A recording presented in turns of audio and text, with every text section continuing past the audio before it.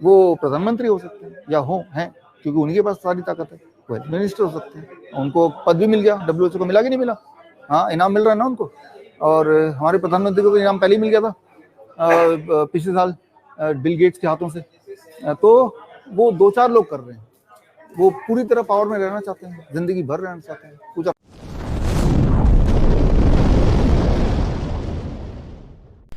बर्बाद गुलिस्तां करने को बस एक ही उल्लू काफी था। हर शाख में उल्लू बैठा है, अंजाम गुलिस्तां क्या होगा। कहते हैं जब अपना ही सिक्का खोटा हो तो गैरों की बनाती है। गैर वो जो विदेशी हैं, गैर वो जिनका इस देश से सीधे कोई सरोकार नहीं है, गैर वो जिनकी हमारे प्रति कोई जिम्मेदारी नहीं है।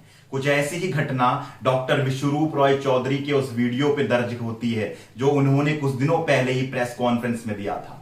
आपको उस प्रेस कॉन्फ्रेंस के उस अंश में हम लेकर चलेंगे जहां विश्वरूप रॉय चौधरी ने सीधे तौर पर इस पर सरकार को नहीं बल्कि सरकार के कुछ लोगों को दोषी बनाया है। उन्होंने कहा है निहित तौर पर ये उनके इंटरेस्ट हैं, उनकी रुचि है जिसके कारण वो ऐसे काम कर रहे हैं। और कोरोना की जो षड्यंत्र है, जो एक सामान्य वो फ्लू है, लेकिन इसका प्रचार उन्होंने इस देश पर पूर्ण रूप से वैसी होने दिया जैसी कि बाहर के लोग चाहते थे, विदेशी चाहते थे, बिल गेट्स चाहता था। और इसी पर नाम लिया है उन्होंने, वो लिया है नरेंद्र मोदी जी का और नाम लिया है यहां पर डॉक्टर हर्षवर्धन का। और यह भी कहा है कि ये लोग अपनी सत्ता को बनाए रखने के लिए, अपने भविष्य को बनाए रखने के लिए, अपने को लंबे समय तक अपनी रुचि के अनुरूप इस देश में शासन करने के लिए संभवतः उनके कारणों पर और विदेशियों के निर्देशन में कार्य कर रहे हैं। चलिए देखते हैं डॉक्टर विश्वरूप चौधरी जी का वो वीडियो। पूरा कॉन्स्पिरेसी है ये। किस देश को अच्छा लगेगा अपनी अर्थव्यवस्था खराब कर देना, लोगों को देश नहीं कर रहा है कॉन्स्पिरेसी, देश के कुछ लोग कर रहे हैं कॉन्स्पिरेसी। आप नहीं कर रहे हैं, मैं नहीं कर रहा हूं, हम कुछ कर ही नहीं सकते। सरकारें भी क्यों करें? सरकार नहीं कर रही, सरकार के एक आध लोग कर रहे हैं अपने ही इंटरेस्ट को क्रिएट करने के लिए। उनका इंटरेस्ट क्या होगा वो मुझे नहीं पता, राइट, लेकिन अपने ही सरकार भी नहीं कर रही। सरकार तो हजारों लोगों से, लाखों लोगों से बनती है, उनमें कोई जिनके पास ताकत है वो कर रहे हैं। वो प्रधानमंत्री हो सकते हैं या हैं, क्योंकि उनके पास सारी ताकत है। वो हेल्थ मिनिस्टर हो सकते हैं, उनको पद भी मिल गया, WHO को मिला कि नहीं मिला? हाँ, इनाम मिल रहा है ना उनको। और हमारे प्रधानमंत्री को तो इनाम पहले ही मिल गया था पिछले साल बिल गेट्स के हाथों से। तो वो 2-4 लोग कर रहे हैं, वो पूरी तरह पावर में रहना चाहते हैं, जिंदगी भर रहना चाहते हैं, कुछ अपने लिए भविष्य का इंतजाम कर रहे होंगे। देश नहीं कर रहा, देश नहीं चाहता, देश के 2-4 लोग चाहते हैं। गद्दार लोग होते हैं ना हर जगह, नहीं होते तो वैसे हैं। दोस्तों देख लिया वीडियो आपने। अब सोचने वाली बात है डॉक्टर विश्वरूप रॉय चौधरी ने ऐसा कहा तो कहा क्यों? आपको शायद ये वीडियो या फिर उनकी ये बात बकवास लग रही हो, लेकिन अगर हम इस पे थोड़ा सा पीछे जाएंगे तो मामला बिल्कुल साफ हो जाएगा। और याद रखिएगा, जड़मती को तो जगाया जा सकता है लेकिन बंदमती को जगाया नहीं जा सकता। और इससे भी महत्वपूर्ण बात है, राजीव दीक्षित जी एक बात कहा करते थे जो इस भारत के आदर्श हैं युवाओं के, कि जो व्यक्ति बेहोश है उसको तो जगाया जा सकता है लेकिन जो मर चुका है उसको केवल जलाया जा सकता है। तो यदि आपके अंदर सुनने का सामर्थ्य हो और समझने की कोशिश हो तो आपको ये बातें सहज रूप से अब समझ आने लग जाएगी। तो सबसे पहले चलते हैं कि बिल गेट्स है कौन। बिल गेट्स दुनिया में एक ऐसा व्यक्ति है जो पहले तो माइक्रोसॉफ्ट का केवल संस्थापक हुआ करता था, लेकिन आज वो अनक्वालिफाइड लेकिन विश्व स्तरीय डॉक्टर है जिसके निर्देशन में दुनिया की तमाम सरकारें काम किया करती हैं। कैसे काम करती हैं? अपने हेल्थ केयर सर्विसेज से लेकर उनकी तमाम वैक्सीनेशन की प्रोग्राम से लेकर हर किसी चीज में इसकी फंडिंग होती है। और यह व्यक्ति अकेला उनको फंड तो देता ही देता है लेकिन उन देशों पर अपना मैनिपुलेशन भी करता है, उनको कंट्रोल भी करता है। छोटा सा उदाहरण आपको लेकर चलते हैं। थोड़े दिनों पहला, कुछ वर्ष पहले की बात है, नाइजीरिया पे। नाइजीरिया जैसा एक गरीब अफ्रीकी देश ने आरोप लगाया बिल गेट्स पर कि उसने $10 मिलियन की घूस वहां पर देने की कोशिश करी। आखिर क्यों घूस दी बिल गेट्स ने, वो भी $10 मिलियन की? जानना चाहेंगे ना आप? तो सोच लीजिए और जान लीजिए इस बात को कि नाइजीरिया में $10 मिलियन की घूस बिल गेट्स ने केवल अपने वैक्सीनेशन कार्यक्रम को चलाने के लिए रखी थी। और यह वैक्सीनेशन का कार्यक्रम चलाना उन गरीब लोगों के लिए इसलिए वहां पर जरूरी बनाया बिल गेट्स ने क्योंकि गरीबों की जान की कोई इज्जत नहीं है। और उनकी कोई कदर नहीं है। ऐसे ही दुनिया के जितने भी डेवलपिंग नेशंस हैं या गरीब देश हैं, वहां पर ऐसे वैक्सीनेशन के कार्यक्रम चालू हो रहे हैं। जो लोग जानते हैं तो इसके पीछे जनसंख्या विस्फोट को रोकने की मंशा नहीं, बल्कि जनसंख्या को नियंत्रण करने का एक कुचक्र है, जिसके कारण जो बड़े देश हैं, ये जो संपन्न देश माने जाते हैं या समृद्ध देश माने जाते हैं, डॉलर वाले देश माने जाते हैं, ये लोग गरीब देशों की जो संसाधन हैं उनको टेक ओवर करना चाहते हैं और चंद पूंजीपतियों के और चंद ऐसे परिवारों के, जो परिवार पूरी दुनिया में एक विश्व सरकार की स्थापना करना चाहता है, उसके एजेंडे को एजेंडा 30 के नाम से, सस्टेनेबल डेवलपमेंट के नाम पर बिल गेट्स पूरी दुनिया में काम करने का एक प्यादा है, एक मोहरा है। और इसी चीज को पुष्टि करने के लिए हम यह भी बताना चाहते हैं कि बिल गेट्स की जो मंशा पूरी दुनिया में अपने डोनेशन फंड को देने की रही है, और वो फंड केवल इसलिए नहीं देता कि वो एक दानदाता है, बल्कि इसलिए भी कि इस फंड के द्वारा वो वहां की सरकारों को मैनिपुलेट करता है, उन पर कंट्रोल करता है। परम आदरणीय भाई राजीव दीक्षित जी ने हमेशा एक बात कही है कि जो धन देता है वो अपनी धुन बजवाता है, और यही काम बिल गेट्स करता रहा है। 1994 में डॉक्टर हर्षवर्धन दिल्ली के स्वास्थ्य मंत्री बने, और दिल्ली के स्वास्थ्य मंत्री बनने के बाद उन्होंने WHO के कार्यक्रम पोलियो वैक्सीनेशन को अब भारत के अंदर, दिल्ली के अंदर पे अपनी सरकार के बीच लॉन्च कर दिया था। और यही कार्यक्रम आगे चलकर पूरे भारत के अंदर विस्तृत हो गया कि पोलियो वैक्सीनेशन का जो प्रासंगिक कार्य डॉक्टर हर्षवर्धन ने किया है उसको पूरे भारत में फैलाया जाए। 2004 में अपनी book a tale of two drops में के विमोचन के समय Bill Gates and Melinda Foundation का हार्दिक आभार व्यक्त किया था डॉक्टर हर्षवर्धन ने कि कैसे उन्होंने पोलियो वैक्सीनेशन की इस काम पर और पोलियो को हटाने के इस महान कार्य पर कैसे डॉक्टर हर्षवर्धन सहित भारत की मदद की थी। 26 मई 2014 को डॉक्टर हर्षवर्धन भारत के स्वास्थ्य मंत्री बन गए, और स्वास्थ्य मंत्री बनते ही 6 महीने के अंदर उन्होंने खाका तैयार किया जिसमें 12 रोगों से प्रतिरक्षण के नाम पर वैक्सीनेशन का एक पूरा कार्यक्रम था। लेकिन 20 समय ही उनको स्वास्थ्य मंत्री का पद छोड़ना पड़ा क्योंकि दिल्ली में चुनाव थे, और इस समय जेपी नड्डा को जिम्मेदारी दी गई। जेपी नड्डा ने इस जिम्मेदारी को निभाते हुए स्वास्थ्य मंत्री की हैसियत से मिशन इंद्रधनुष के नाम से इस योजना को लॉन्च कर दिया, और इस पूरी योजना में बिल गेट्स की फंडिंग जुड़ी हुई थी। बिल गेट्स का पूरा हाथ था, जो लगभग 3 साल बाद, चौंकाने वाली बात यह है, लगभग 2014 से 15, 16, 17 में 2017 में इट्सू के जो फंडिंग है, जो स्वास्थ्य मंत्रालय ने यह पाया कि इम्यूनाइजेशन टेक्निकल सपोर्ट यूनिट में जो बिल गेट्स की फंडिंग हो रही है, इसके द्वारा उस कार्यक्रम को नियंत्रित किया जा सकता है या उस कार्यक्रम में कुछ हेरफेर की जा सकती है, वैक्सीनेशन के मामले में कुछ अड़चने या कुछ गड़बड़ी हो रही है, जिसके कारण उन्होंने तुरंत प्रभाव से उस समय बिल गेट्स की फंडिंग को रोक दिया और पूर्ण रूप से बिल गेट्स को इस पर से किनारे कर दिया गया कि वो इसमें बिल्कुल भी फंडिंग नहीं करेगा इस कार्यक्रम में। और उसके बाद 2019 में डॉक्टर हर्षवर्धन फिर से भारत के स्वास्थ्य मंत्री बनते हैं, और स्वास्थ्य मंत्री बनने के बाद वो मिशन इंद्रधनुष 2.0 को लॉन्च कर देते हैं।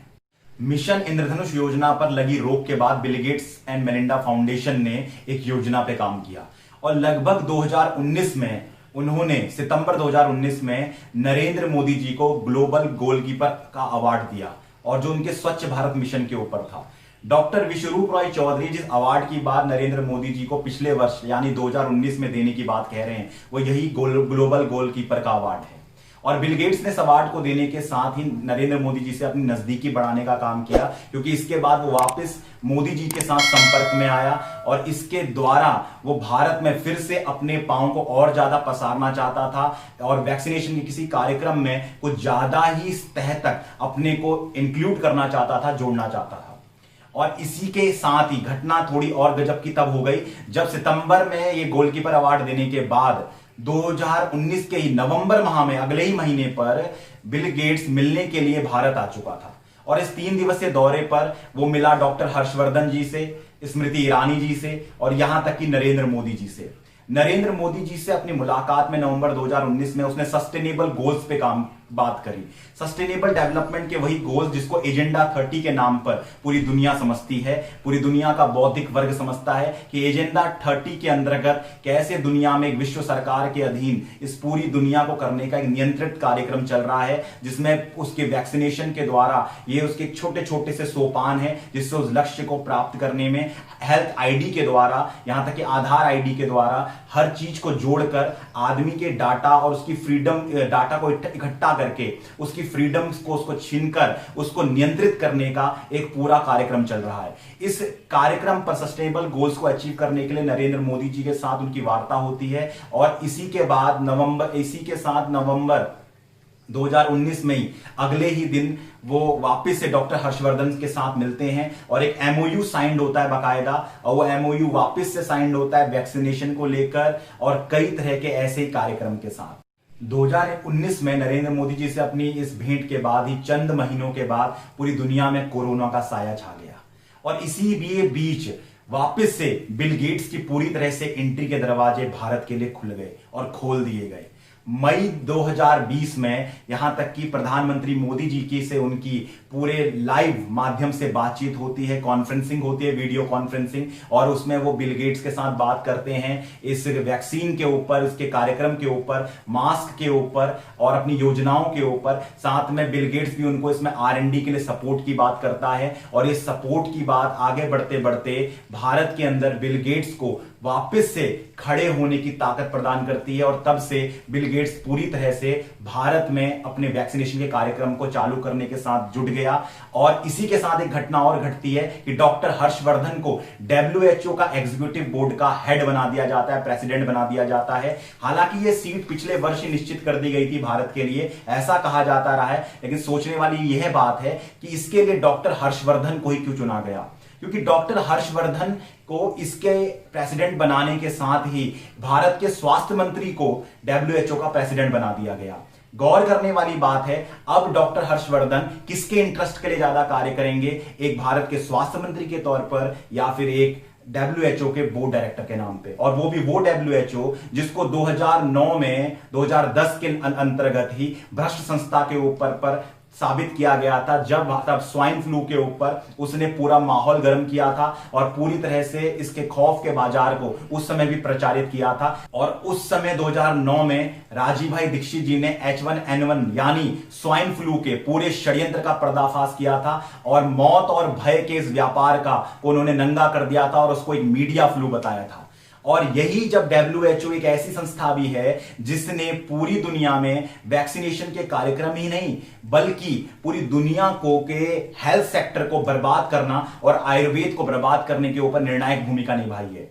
तो हम आप सभी से यह कहना चाहते हैं कि WHO की जैसी संस्था के हेड बनने के कारण आज डॉक्टर हर्षवर्धन जी कहीं ना कहीं उनके इशारों पर नाचने को बाधित हो सकते हैं, क्योंकि उन्होंने एक ऐसे व्यक्ति को चुना है जिसका बिल गेट्स से संबंध रहा है और इस बिल गेट्स की पूरी मोनोपॉली चलती है WHO में, क्योंकि ये दुनिया का सबसे बड़ा दानदाता तथाकथित दानदाता है जो अपने धन से दुनिया में अपनी धुन बजवाता है और इसी से ये पूरी सरकारों को, पूरे गरीब देशों की सरकारों को, डेवलपिंग कंट्रीज की सरकारों को अपना गुलाम बनाता है, उनको नियंत्रित करता है ताकि वो इसके कहे अनुसार काम करें। वहां की प्राइवेट संस्थाओं पर पैसा लगाता है ताकि वो इसके कहे अनुसार अपने काम को करे। और ये बिना डिग्री का और बिना क्वालिफिकेशन का वो डॉक्टर है जिसने पूरी दुनिया के स्वास्थ्य को संकट में डाल दिया है। और अभी तात्कालिक रूप से इसी समय ये घटना अभी 3-4 दिन पुरानी है कि वापस से बिल गेट्स ने अपनी डोनेशन $150 मिलियन की डोनेशन के साथ फंडिंग करेगा वो, और वो फंडिंग करेगा सीरम इंस्टीट्यूट जो पुणे में है, जो कोरोना वैक्सीन पर दवाई बनाएगी, वैक्सीन बनाएगी और उस वैक्सीन को फिर लगाने का पूरा कार्यक्रम बिल गेट्स चालू कर देगा। तो समझने वाली बात यह है, जिस बात पर डॉक्टर विश्वरूप का ये पूरा वीडियो आपने देखा था, जिस बात के लिए इस देश पे इस सब कार्यों का आधार रहे भाई राजीव दीक्षित जी की विचारधारा से खड़े समर्थकों का जो कार्य रहा था, वो यही समझाने के लिए है कि इस देश की संप्रभुता पर, इस देश की जो हमारी अपनी जो जिम्मेदारियां हैं, इस देश की जो अपनी सोवरिन पावर है, उसको कब्जे में लिया जा चुका है। और यहां के प्रधानमंत्री से लेकर यहां के स्वास्थ्य मंत्री को अगर वैश्विक संस्थाएं अपने नियंत्रित हित में कार्यवाही करेगी, उनको अपने नियंत्रण में चलाएगी, तो आप निसंदेह मान लिए 130 करोड़ का ये देश अपने आप ही गुलाम हो जाएगा। क्योंकि भविष्य में आने वाली जो ये योजनाएं हैं, अभी आपने 15 अगस्त को जो योजना प्रधानमंत्री जी की स्वास्थ्य आईडी के नाम पर सुनिए, डिजिटल आईडी के नाम पर, इसके ऊपर भी जल्दी आपको वीडियो प्रेषित किया जाएगा जिसमें पूरा परत दर परत उस योजना को खोला जाएगा, जिसका भी सीधा लिंक बिल गेट्स से भी जुड़ा हुआ है, विश्व सरकार से भी जुड़ा हुआ है। और ये क्या विश्व सरकार है, इसके बारे में आप गूगल में जानकारी ले सकते हैं, अधिक जान सकते हैं। हम सभी आपसे यही कहना चाहते हैं, ये तमाम बातें समझने के लिए मंद बुद्धि होने से दिक्कत नहीं है, दिक्कत जड़मती होने से भी नहीं है। दिक्कत उस व्यक्ति को है जो पूरी की पूरी तरह अपनी बंद बुद्धि कर कर इस बात को नहीं समझना चाह रहा, क्योंकि समझाया उसको जा सकता है जो बेहोश हो, मुर्दे को और मरे हुए को तो केवल जलाया जाता है या दफन किया जाता है। इसलिए जो जगेगा वही बचेगा। आप सभी से यही निवेदन है, कोरोना के इस पूरे षड्यंत्र या पूरे के पूरे जाल का पूरी तरह से एक्सपोज वैसे तो पूरी दुनिया में हो चुका है, लेकिन लगभग आने वाले 1-2 वर्ष के बाद पूरी तरह से इसका पड़ताल हो जाएगी, पूरी तरह से ये नंगा हो जाएगा। और उस दिन आज जितने लोग इसमें मारे जा रहे हैं या मरवाए जा रहे हैं, वो भी सुनियोजित तथाकथित आंकड़ों का हेरफेर कर कर हॉस्पिटलों में जा जाकर ये सभी षड्यंत्र का पूरा पर्दाफाश हो जाएगा। अगर आपको ये बात समझ में आती है तो इस वीडियो को लोगों तक तो जरूर पहुंचाइए, लेकिन सबसे पहले अपने आप को समझाइए कि कोई भी स्वाभिमानी देश, कोई भी स्वाभिमानी मुल्क कभी भी गैरों के आधार पर अपने देश के नियम कानून नहीं बनाता।